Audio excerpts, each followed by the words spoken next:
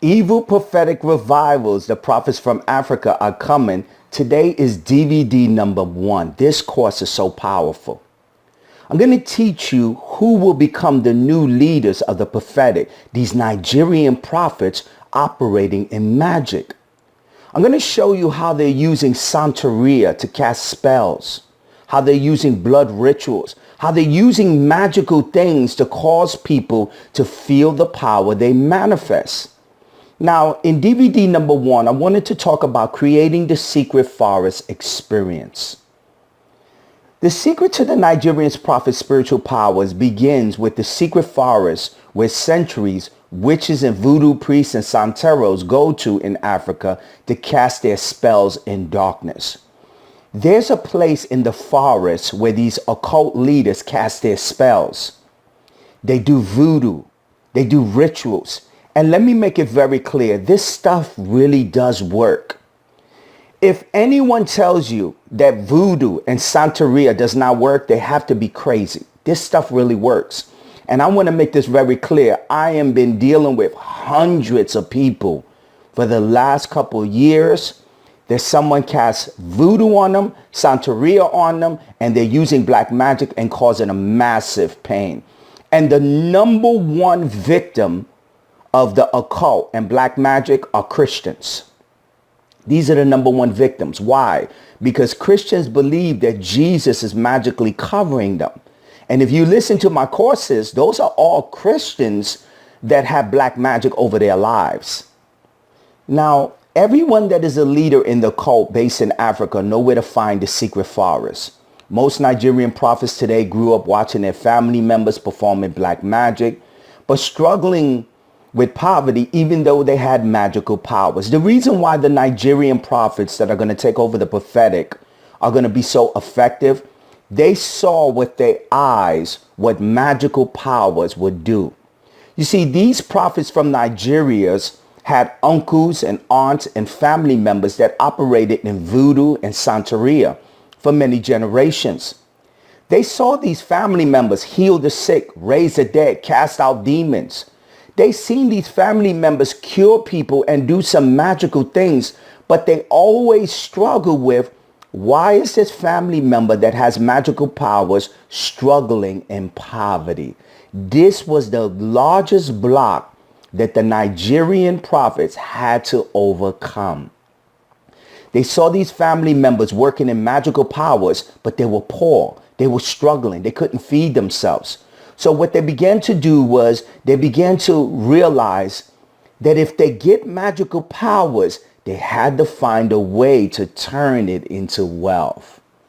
Today's Nigerian prophets broke away from the traditional teachings of their ancestors that believed that occult powers is only used to serve, and occult leaders must never financially benefit from the gift. This is one of the blocks. The reason why many people in Africa that can operate in voodoo and Santeria at the most highest magical level, and there is no question, the reason why they're poor is because of the mental mindset that they have. You see, they believe that when they use their gift, it's supposed to be for free. Now, what they're not realizing that if you serve mankind, you are obligated, or the people are obligated to bring you a gift. Now, since these people in Africa that use voodoo and Santeria at the highest level have this mindset that when they use their magical powers, they're going to do it for free, it keeps them in poverty.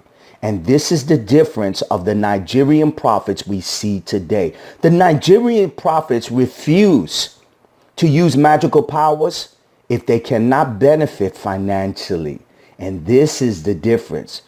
When they removed that psychology out of their mind and they plucked it out, they understood that magic can bring them all of the wealth that they desire.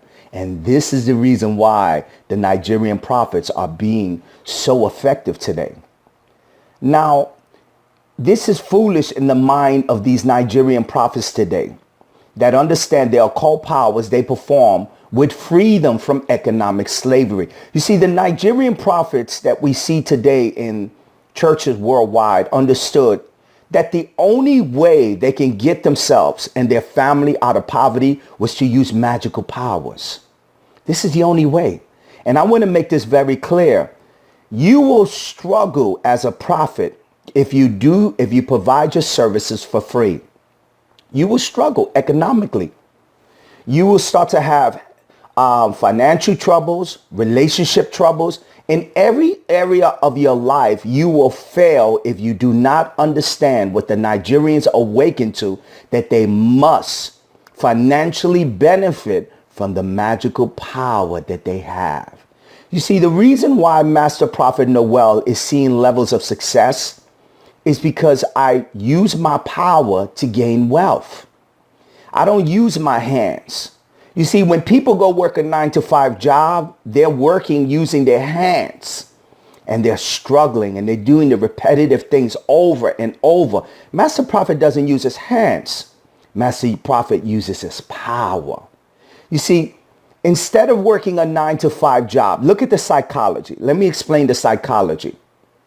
When a person works a 9-to-5 job, they work 40 hours. Let's say you make $500. Now, for 40 hours, that's a lot of energy that you're expending for $500. So immediately, the person gives you a paycheck and you get $500.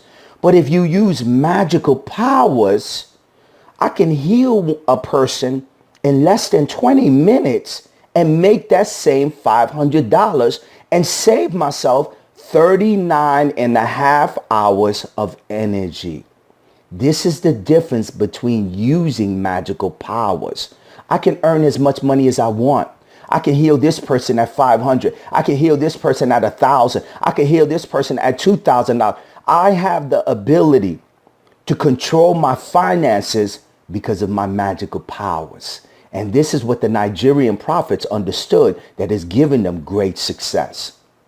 Now, the first journey in the Nigerian prophets begins with making a conscious decision to walk away from poverty forever. The first decision they had to make was to walk away from poverty. They had to realize that there's nothing good in poverty. When you look at poverty, people are stealing. People are killing. Why? Because they're in poverty. The Bible says that money answereth all things. The number one reason why people struggle in life is because of money. The number one reason why relationships fail is because of money. The number one reason why businesses fail is because of money. So when you look at the importance of money, the first thing the Nigerians had to make a mindset was they had to walk out of poverty and move away from voodoo that kept their ancestors poor. The Nigerian prophets moved away from voodoo because when you think about voodoo, think of the psychology. You look at a dark-skinned African male in a small little home in front of all these statues with blood everywhere, doing sacrifices. He usually doesn't have any teeth. He's usually skinny and he's filled with poverty. They had to eliminate that. That's why when you look at the Nigerian prophets, why do you think they look so blessed? Look at their clothes. The Nigerian prophets wear the best outfits you could ever imagine. They wear the best shoes. I've never seen so many fancy shoes that are so expensive like the Nigerian prophets wear. We're talking about shoes that are $1,000 to $5,000. Those are some beautiful shoes. Look at the colors of the suits that they put on.